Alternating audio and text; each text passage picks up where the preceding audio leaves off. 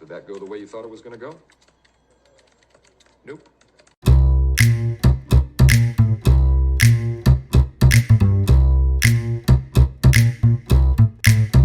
I'm frustrated because my whole world got disheveled.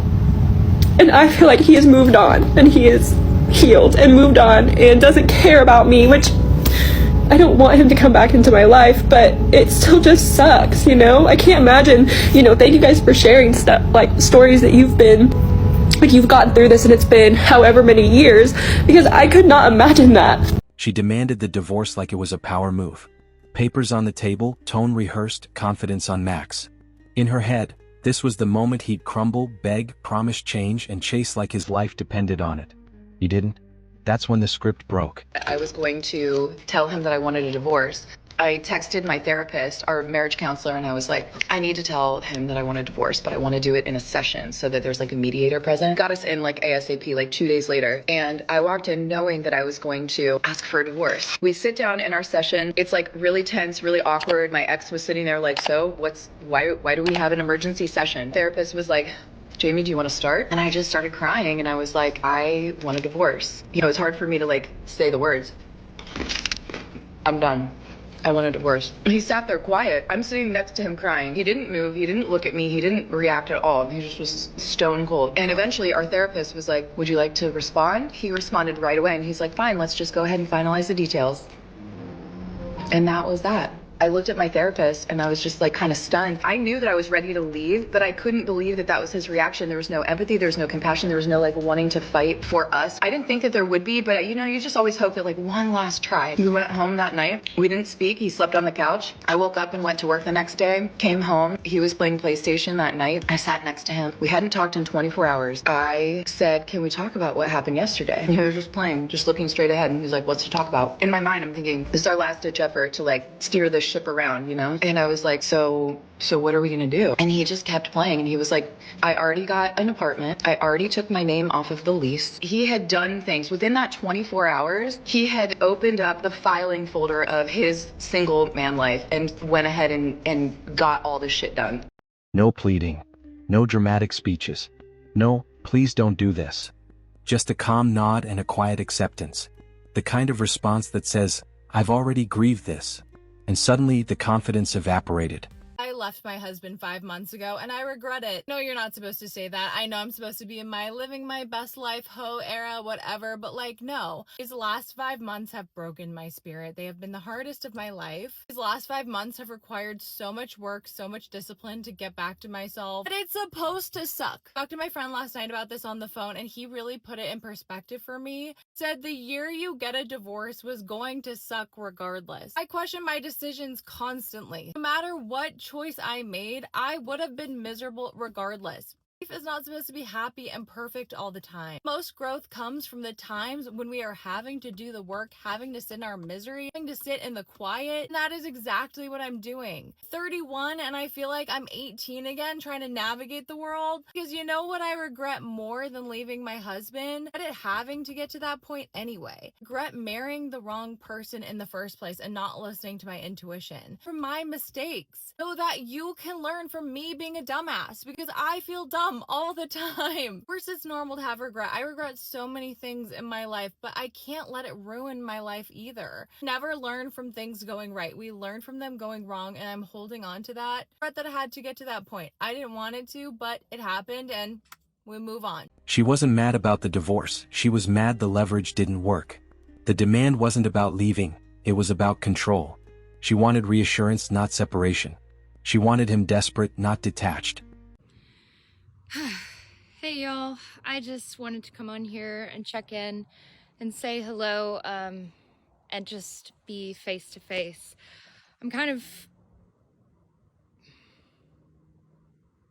Man, divorce just sucks. It sucks. It's really hard. Whether you're getting along with the person or not, it's all so difficult.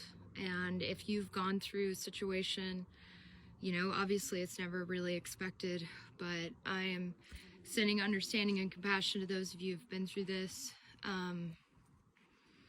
It's just a really tough day. It's a really tough day, and Hopefully it will get easier over time, but I'm trying to find my peace and trying to be kind to myself and those around me, and yeah, it just sucks. That's it. When he didn't chase, reality hit fast. The attention dried up. The fantasy of instant upgrades met the dating market. And the man she thought was replaceable turned out to be the only one willing to tolerate the chaos. I told my husband I wanted a divorce. There is not a single thing about my husband in and of himself that I do not love. I know I'm late to the party because most of you have seen that video, but this is Camille, and this is her video basically announcing that she doesn't want to be with her husband anymore. A man who is seemingly perfect, and she admits that herself, as you have seen. I feel like I have been searching for something in my relationship that we don't have for the whole time we've been married, which has been 10 years. Camille was being honest with her feelings, trying to get advice on the internet, which is sometimes risky. And when you put yourself out there on the internet, you get reactions from notable political figures like this. You are a fundamentally self-absorbed and shallow person who would inflict untold pain and suffering on other human beings just because you're bored and want to feel something. Many have also had their own commentary within Camille's comments. Some of you suggesting that she has already had an affair or currently having an affair that is secret, and she just simply feels bad about what's going on. So Camille decided to give an update, and in the update she says that she wants to be closer with her husband. She wants to make this work. She simply was seeking advice from people who may have been going through the same feelings that she is going through. The point of the video was me asking for advice on how to become closer with my husband. There have been amazing people who have given that advice, and I've taken it and we are going with it. And I will continue to share the advice that we've got and what we do. Just feeling really bad about being misunderstood and feeling really sad that so many people are taking it the wrong way, I guess. So, this is an interesting question. Sometimes people just don't click. Is she justified in her feelings? Or do you believe there's something more going on here? Now she calls him cold, emotionless, checked out. Translation: he stopped playing the game. He chose dignity over drama and peace over proving himself. One of the biggest mistakes that you guys make when your wife / your long-term relationship lady wants to break up with you, divorce you, and leave you, is you sit there and you beg like a motherfucker until you can't beg no more. I tell you guys all the time, the guys that send me the DMs, guys that comment under my videos, to the guys that ask me for advice, you cannot beg your way back into that woman's good graces. I know you don't want to hear it. I know it don't sound good. I know that it makes you feel like shit. But there's no amount of Shakespearean words. There's no amount of rich gestures. There's no amount of expensive gifts. There's no amount of baby, I'm sorry, that can make her change her mind on her not wanting to be with you no more, fellas, because she didn't just make this decision yesterday. She just didn't make this decision fucking a couple weeks ago. This lady has sat there, well on it, looked at it, thought about it. She's created a whole idea in her mind on how her life will look like without you in it. And because she's done that, if she's gotten to the place to where she's actually verbally saying she doesn't want to be with you anymore, it's too fucking late. The only thing that you can do is sit there, listen to her, ask her why she feels that way, and accept that she no longer wants to be with you. In a lot of you guys' situations, once you do that, that will make her change her mind, and you can sometimes reel her back in. But I don't give a fuck if you want her back or not. Do not beg, do not plead, do not chase after a person who don't want to be with you no more. It's okay to hurt. It's okay to feel like shit. It's okay to feel bad. It's okay to fucking cry. But keep that shit inside. Remain stoic. Let her walk away, because she deserves to have whatever she wants in her life. Just like you deserve to have a level of happiness with or without that motherfucking woman. So do not beg. Do not complain. Do not plead for her to come back into your life. Let her go and make the decision for herself. The irony? She wanted empowerment. She got indifference. Hot take, if divorce didn't include splitting money and property, more women would be fighting to make marriage work and men would be the ones filing. Kevin, if she was here for the money, why would she leave with half when she can stay and have it all, Kevin? Happily married women know this to be true, Kevin. It doesn't matter how much money she makes or how much money he makes. She has all the money, Kevin! She didn't lose him when she asked for divorce. She lost him when she thought he'd beg.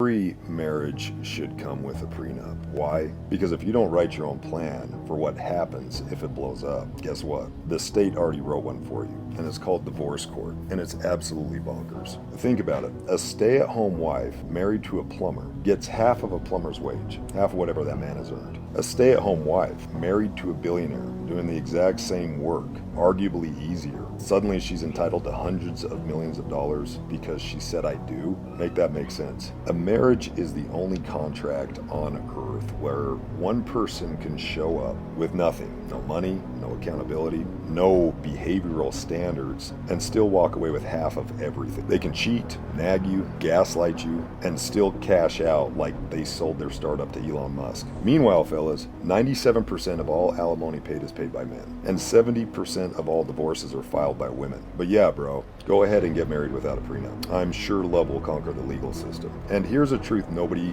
wants to address. Staying home with kids isn't a punishment. It's a privilege. Surveys show 85% of all women want to stay home. If a man is busting his ass and making that possible, he's already paying for your privilege. He doesn't owe you half of everything he's worked his life off for after the fact. So listen, fellas, the only rational play in today's world is this. Get terms down while you still like each other.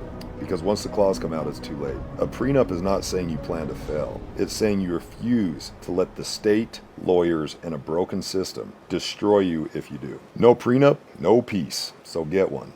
She thought the divorce card was a reset button, a threat wrapped in paperwork. In her mind, this was supposed to restore power, not end the game. She expected tears, panic, and last-minute negotiations. What she got was silence, and silence is terrifying when you expected worship. So recently I caught up with an old friend and she was telling me that she got divorced, and I was so surprised because her and her husband were such a cute couple and they had been together for 11 years. So I asked her, like, what happened? I figured something bad happened. She's like, honestly, I was just bored. Like, my husband, all he did was work. I was a stay-at-home mom. We had 3 kids, and I just got lonely and bored. And she had other friends that had, boyfriends, or, like, they had just got married, and they were always going out, always going on vacation, always partying, like, going to the club, going to the bar, hanging out with friends, and they did none of that. And when she would bring it up to her husband would always tell her, like, I gotta work, like, they had a big house, they had nice things, like, he was just trying to work. So they ended up getting divorced, and now, she's single, she lives alone, she's working, and she's dating. So then I told her, oh, well, that must be exciting, like dating and stuff. And she's like, no, I can hate it. And I was like, why? And she's like, because all they want to do is just have fun. They just want to go to the club, they just want to go to the bar, they just want to hang out, have a good time, and then that's it. She said, no one wants to help me out. Like, I'm trying to find someone that's going to help take care of my kids. She's like, I just want someone to be a provider, not just a good time. So I was all like, well, wasn't that what your husband was doing? And she's like, I know. And I guess now her ex-husband is dating someone, like, seriously. They have been divorced for a total of 3 years, and he has been dating this girl for 2 years. She has 2 kids, and they're already living together. She says that he's fully taking care of her. Like, the girl doesn't work, she's a stay-at-home mom. They haven't had any new kids, but they're planning on having kids. And she's pissed because she's like, how can he move on so fast? Like, I can't even find nobody, and he just found someone so quick, and he didn't even want to give us another try, like, blah, blah, blah. And I was so confused because I was like, okay, so you divorced him because he was always working and you were bored. So now you're single, going out, having a good time, dating, but you don't like that. Now you want someone to take care of you, a provider. And your ex-husband, all he wanted to do was be a provider. That's why now he is dating someone who he has no problem providing for her and her kids. And she's pissed because she's like, why would he go and find someone who has kids? Like, he already has kids. Why would he want to take on that responsibility? And I'm like, wait, aren't you looking for someone to take on that? This is a prime example of a woman making the mistake of leaving a man based on the 90-10 theory. If you guys don't know what the 90-10 theory is, it's where a man can have 90% of what a woman wants in a man, but she becomes so focused on the 10% that that man doesn't have that she breaks it off. She lets him go even though he has 90% of what she wants. And look, when a woman does this, she is fully convinced that she can find a man with 100% of what she wants. And then she goes out into the dating pool and she tries to find a man with that 10%. She thinks initially that this is all that she really wants and that is what she's focused on until she starts cycling through these men, and what she finds is that they don't have all the 90% that her ex did. She finds out the hard way that men don't actually all have that 90% that her husband had. That's why she didn't appreciate it to begin with, because she thought that every man, or at least many men, had the same qualities as her husband, but you know, the 10% was lacking, and that's what she needed to find. Well, over time, she realizes that she made a mistake, that she should have appreciated that 90%. And as far as the 10% that was lacking, maybe she could have either one, accepted it because she knew that the 90% made up for it, or two, she could have agreed with her husband to work on it. But with that, she needs to be open to taking some accountability for herself and her own actions and potentially looking at changing some things that she does. This is such an important message for women to hear because you cannot go back on it, because what this man did is that he realized that he was missing out, right? That she may have only had 50% of what he wanted. And then what happened when she released him?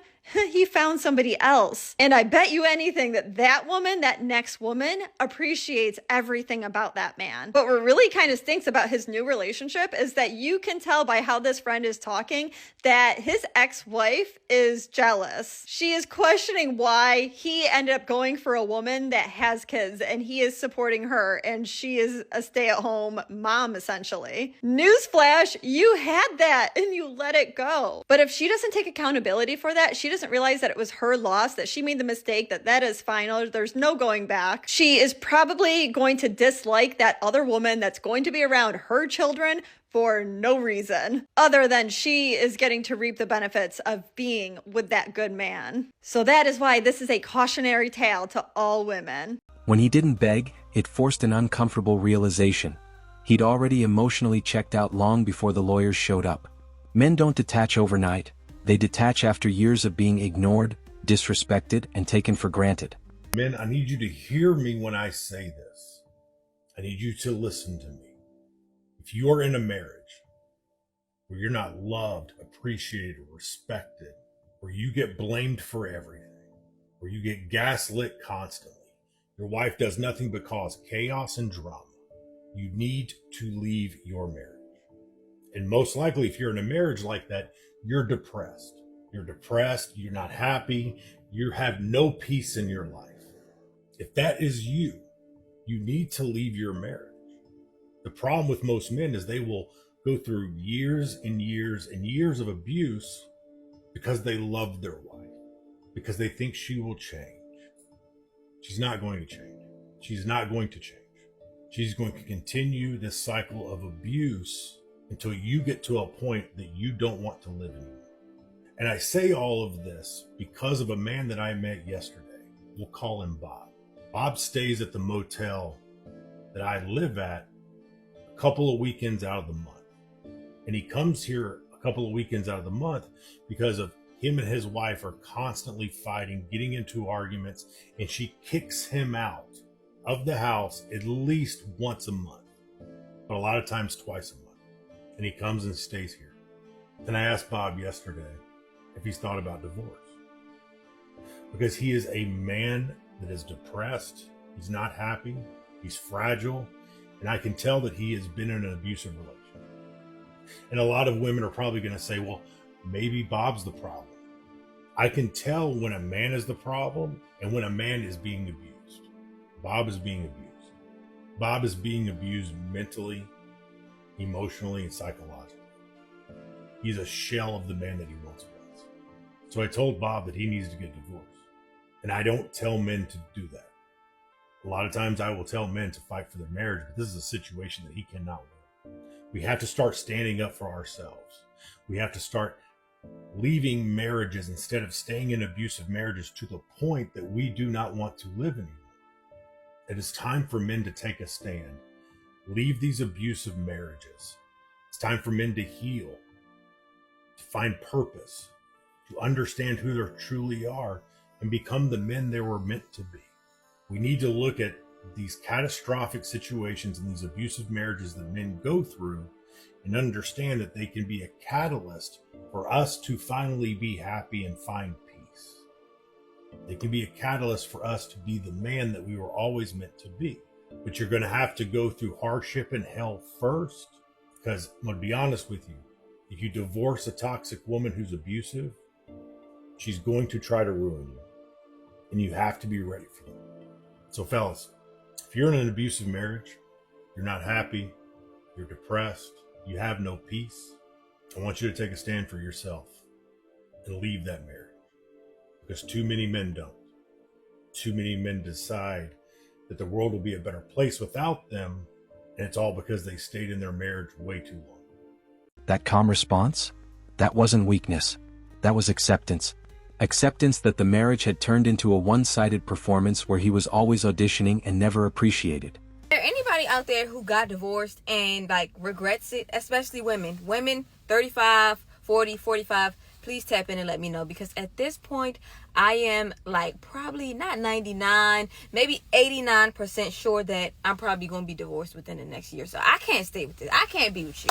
I can't. And I feel like I've tried so hard. So I've been married for 3 years. People always ask me. And it's really gotten to the point where it's the past probably 2 months have just been the worst. To where it's maybe we just call it. Maybe we just call a spade a spade. But then I'm I remember when my parents got divorced, and I do not want to put, my son through that. But also, doing it for the kids is not enough. Love is not enough. Getting married, I kind of regret getting married for love, because I damn sure didn't get married for money. But I'm also just as a Christian, shouldn't get divorced. No, whatever it is, we can work it out. It's you and me against the world. But it's damn, do I want to be miserable?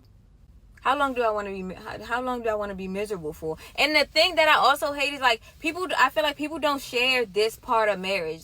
When people are in the thick of it, because I was watching this interview with DeVal and Kadeen, and I think he said the first 3 to 5 years of their marriage was like hell, but they stuck it out, and now they've been married for 10, 15 years, and they, seem to be happy. I don't know, but it's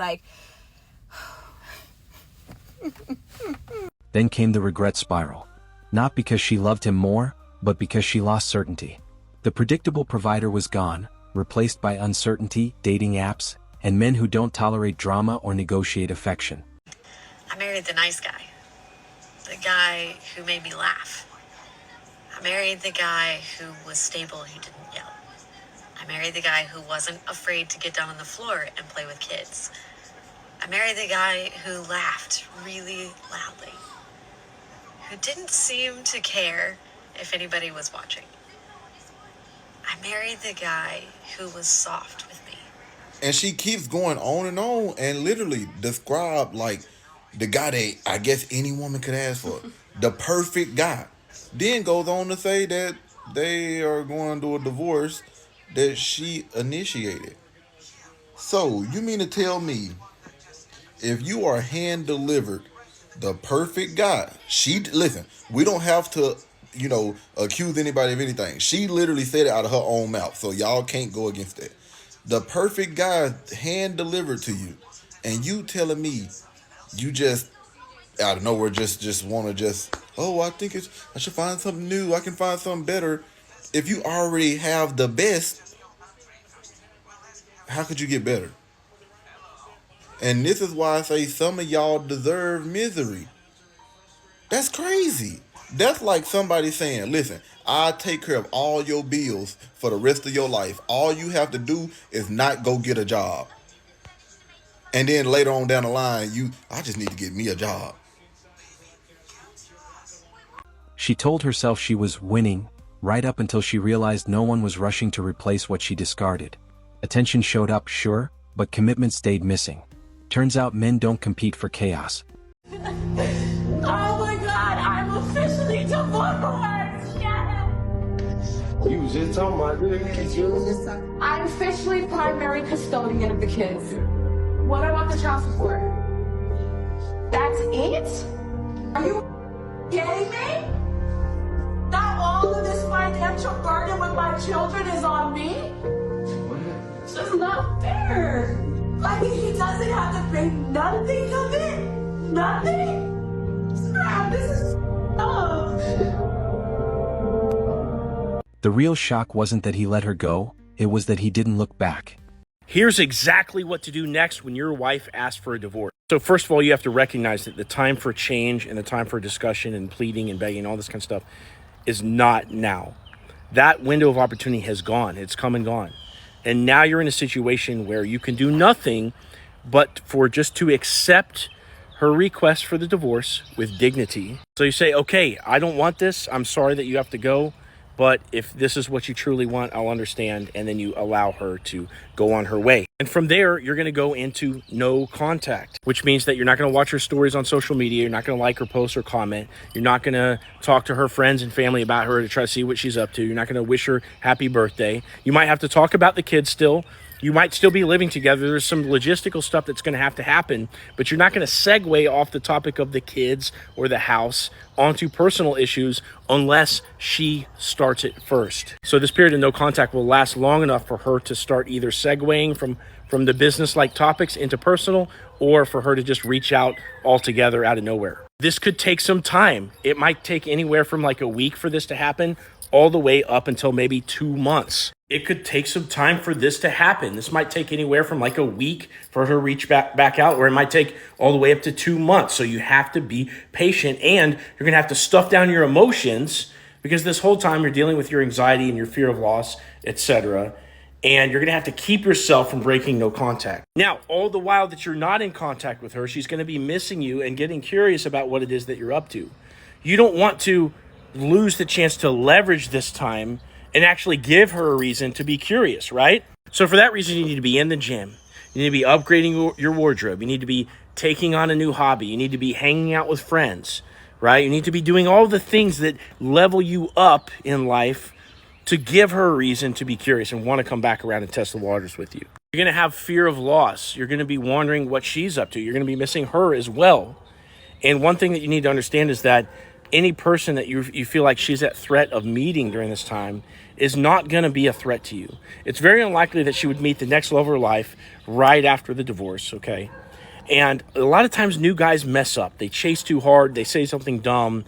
They hide the red flags and they show them later. There's all these reasons why new relationships can fizzle. So I don't want you to waste your time worrying about what's going to happen in no contact on her end. Just understand that your years of history, your memories, your connection will be missed. It will be mourned in its absence. And eventually she's going to come back around. So if you want some advice on how to put your family back together, click into my profile, click in this link right here, and either tell me about your situation by asking a question or book a one-on-one call with me, and I'll give you some advice on how to make this happen. She wanted proof she mattered. He proved it by walking away without a scene. Men stopped playing by the rules, and now everyone's freaking out. Let's break down why silence has become the loudest move.